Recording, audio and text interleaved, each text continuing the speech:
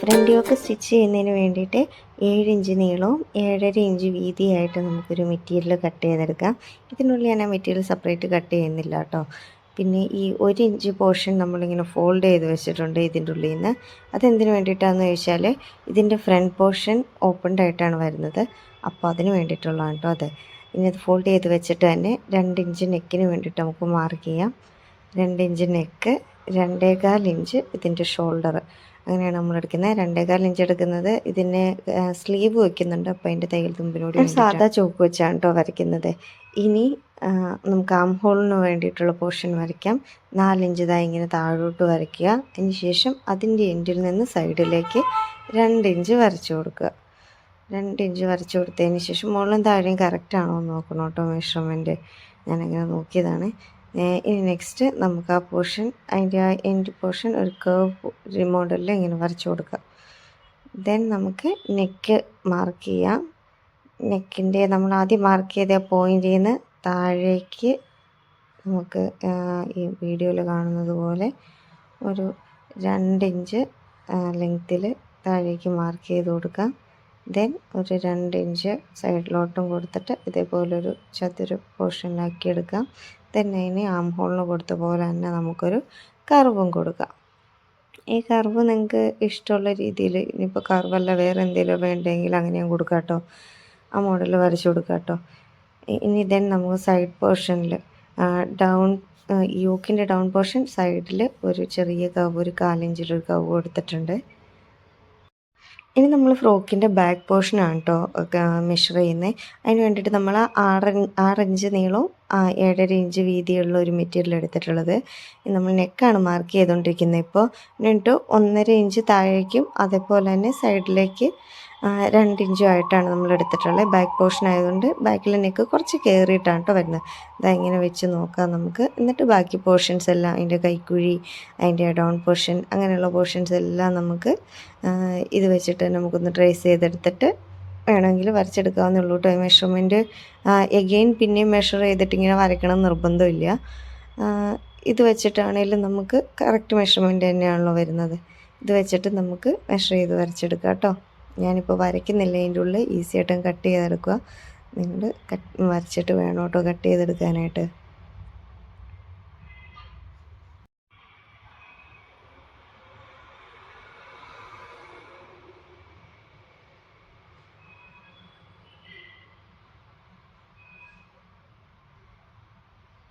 പിന്നെ അതിൻ്റെ shoulder portion ഇതേപോലെ ഒരു 4 ഇഞ്ച് ചെരിച്ച് കട്ട് ചെയ്ത് കൊടുക്കണം കേട്ടോ.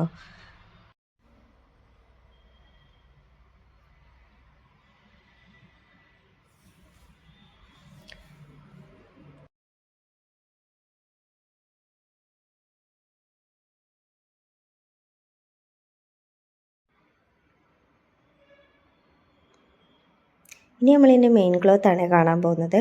മെയിൻ ക്ലോത്തും ലൈനിങ് കട്ട് ചെയ്തേക്കുന്നത് നമ്മൾ സെയിം മെഷർമെൻറ്റിൽ തന്നെയാണ് എടുത്തേക്കുന്നത്. പക്ഷേ ഇതിൻ്റെ ഡീറ്റെയിൽസ് ഒന്നും നമ്മൾ കട്ട് ചെയ്തിട്ടില്ല കേട്ടോ. അതായത് നെക്ക്, ആം ഹോൾ പോലുള്ള പോർഷൻസ് ഒന്നും നമ്മൾ കട്ട് ചെയ്തിട്ടില്ല. അപ്പോൾ നമ്മൾ ലാസ്റ്റ് സ്റ്റിച്ച് ചെയ്തതിന് ശേഷം, ഇത് രണ്ടും കൂടി ഒരുമിച്ച് സ്റ്റിച്ച് ചെയ്തതിന് ശേഷം എക്സസ് ആയിട്ട് വരുന്ന പോർഷൻസ് നമുക്കൊന്ന് കട്ട് ചെയ്ത് കളയാം കേട്ടോ. ഇതാണ് എൻ്റെ ബാക്ക് സൈഡ് വരുന്നത്. രണ്ടും നമ്മൾ സെയിം മെഷർമെൻറ്റിൽ തന്നെ കട്ട് ചെയ്തെടുത്തിട്ടുണ്ട്.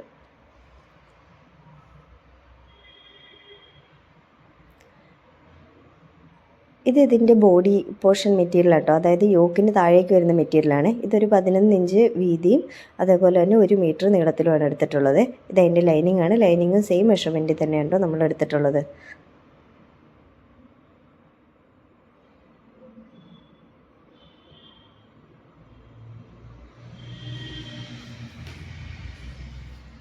ഇനി നമ്മൾ അതിൻ്റെ സ്ലീവ് പോർഷനാണ് സ്റ്റിച്ച് ചെയ്യാൻ പോകുന്നത്. സ്ലീവ് പോർഷന് വേണ്ടിയിട്ടുള്ള മെറ്റീരിയലാണിത്. ഇതൊരു 22 ഇഞ്ച് നീളവും അതുപോലെ തന്നെ ഒരു 10 ഇഞ്ച് വീതിയായിട്ടാണ് നമ്മളിത് എടുത്തിട്ടുള്ളത്.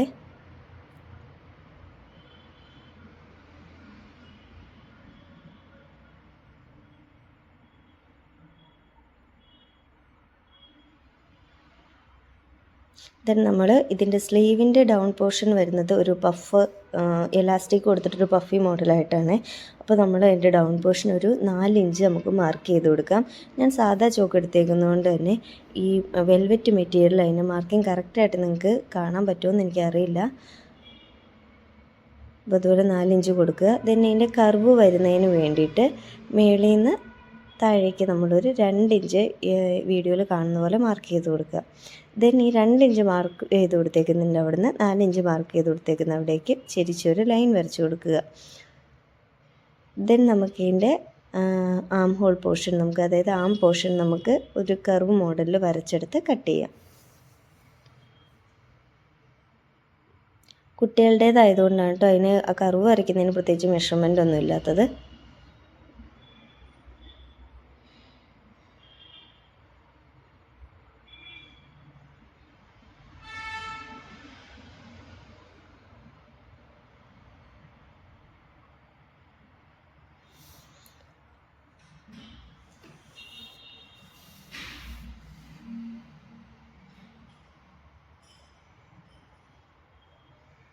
ഇങ്ങനെ 2 സ്ലീവ്സ് നമുക്ക് കട്ട് ചെയ്തെടുക്കാം കേട്ടോ. ദെൻ നമ്മളിതിൻ്റെ ബോഡി പോർഷൻ സ്റ്റിച്ച് ചെയ്യാൻ പോവുകയാണ്. ബോഡി പോർഷൻ സ്റ്റിച്ച് ചെയ്യുന്നതിന് വേണ്ടിയിട്ട് ലൈനിങ് മെയിൻ മെറ്റീരിയലിൻ്റെ നല്ല വശത്തോട്ട് നമ്മൾ എടുത്തിട്ടുണ്ട്. അതായത് മെയിൻ മെറ്റീരിയലിൻ്റെ നല്ല വശം എടുത്തിട്ട് അതിലേക്കാണ് നമ്മൾ ലൈനിങ് ഇതുപോലെ പിൻ ചെയ്ത് വെച്ച് കൊടുക്കുന്നത് കേട്ടോ.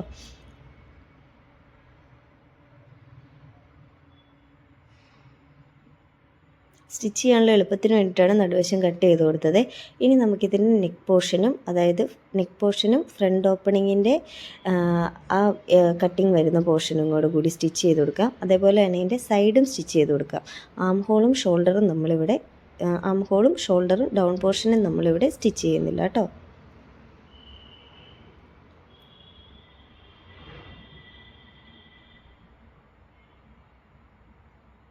നമ്മൾ ഇതിനെ ഒന്ന് തിരിച്ചെടുത്തതിന് ശേഷം അതിൻ്റെ എഡ്ജസ് എല്ലാം ഒന്നുകൂടി ഒന്ന് സ്റ്റിച്ച് ചെയ്ത് കൊടുക്കാം. എന്നിട്ട് മെയിൻ മെറ്റീരിയലിൽ ആം ഹോളിൻ്റെ പോർഷനിൽ എക്സസ് വന്നിട്ടുള്ള മെറ്റീരിയലും കൂടി അങ്ങോട്ട് കട്ട് ചെയ്ത് കൊടുക്കാം കേട്ടോ.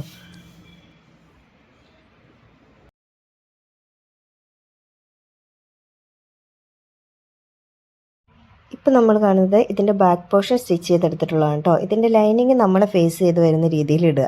ഇനി നമുക്ക് ഇതിൻ്റെ ഫ്രണ്ട് പോർഷൻ മെറ്റീരിയൽ എടുത്തിട്ട് സെയിം തന്നെ ലൈനിങ് നമ്മൾ ഫേസ് ചെയ്ത് വരുന്ന പോലെ ഇടുക. എന്നിട്ട് ലൈനിങ്ങും ഒരുമിച്ച് ഫ്രണ്ട് പോർഷനും ഒരുമിച്ച് വരുന്ന പോലെ ഈ ബാക്ക് പോർഷൻ ലൈനിങ്ങിനുള്ളിലോട്ട് ഇതിനെ ഇൻസേർട്ട് ചെയ്തെടുക്കണം. എന്നിട്ട് അതിൻ്റെ ഷോൾഡർ പോർഷൻ നമുക്ക് സ്റ്റിച്ച് ചെയ്തെടുക്കാം. ഇത് സ്റ്റിച്ച് ചെയ്ത് തിരിച്ചിട്ട് കഴിയുമ്പോൾ ഇങ്ങനെയാണ് കേട്ടോ ഉണ്ടാവുക. ഇനി നമ്മുടെ സൈഡ് സൈഡിൽ അതായത് ആം ഹോളിൻ്റെ സൈഡൊന്ന് പതിച്ചടിച്ച് കൊടുക്കാം. നമുക്കിതിൻ്റെ ബാക്ക് സൈഡ് എടുത്ത് ഇങ്ങനെ ഒന്ന് 2ആയിട്ട് ഫോൾഡ് ചെയ്ത് ഇട്ട് കൊടുക്കാം. ഇത് നമുക്ക് ഇതിൻ്റെ ബോഡി മെഷർമെൻറ്റ്സ് മാർക്ക് ചെയ്യാനായിട്ടാണ്. ചെസ്റ്റ് പോർഷൻ 5 ഇഞ്ച് എടുക്കുക, വേസ്റ്റ് പോർഷൻ 4.5 ഇഞ്ച് എടുക്കുക. ഈ 4.5 ഇഞ്ചിൻ്റെ പോയിന്റിൽ നിന്ന് 5 ഇഞ്ചിൻ്റെ പോയിന്റിലോട്ട് ഒന്ന് മാർക്ക് ചെയ്ത് കൊടുക്കുക. 2 സൈഡിൽ നമുക്ക് ഈ സെയിം മെഷർമെൻറ്റ് തന്നെ മാർക്ക് ചെയ്ത് കൊടുക്കാം കേട്ടോ.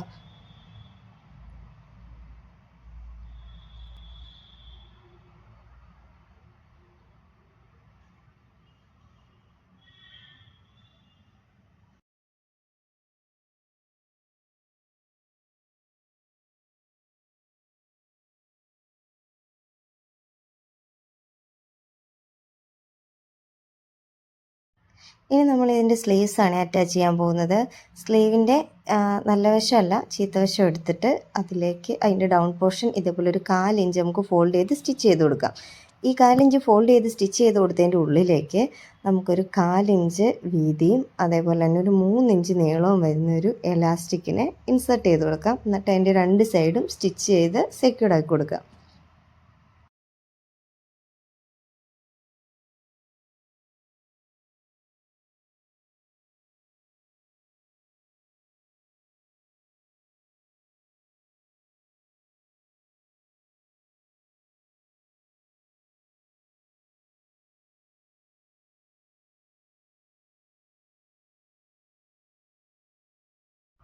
ഇനി നമുക്ക് സ്ലീവിനെ യോക്ക് പോർഷൻ്റെ ഷോൾഡറിലോട്ട് അറ്റാച്ച് ചെയ്ത് കൊടുക്കാം കേട്ടോ.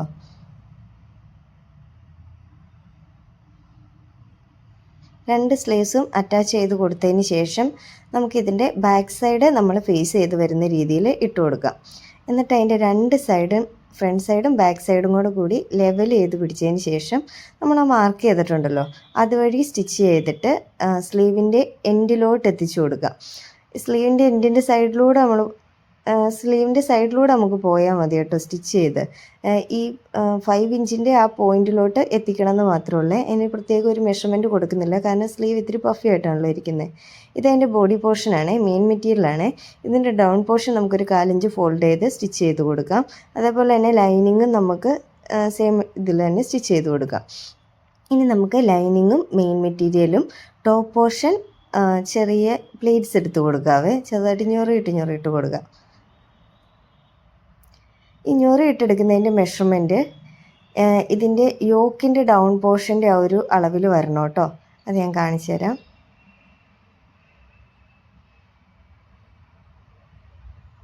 ഇനി നമുക്കിതിൻ്റെ മെയിൻ മെറ്റീരിയൽ നമുക്കൊന്ന് തിരിച്ചെടുക്കാവേ. ഇതിൻ്റെ നല്ല വശത്തോട്ടൊന്ന് തിരിച്ചെടുക്കാം, അതായത് യോക്ക് പോർഷനെ നല്ല വശത്തോട്ട് തിരിച്ചെടുക്കാം.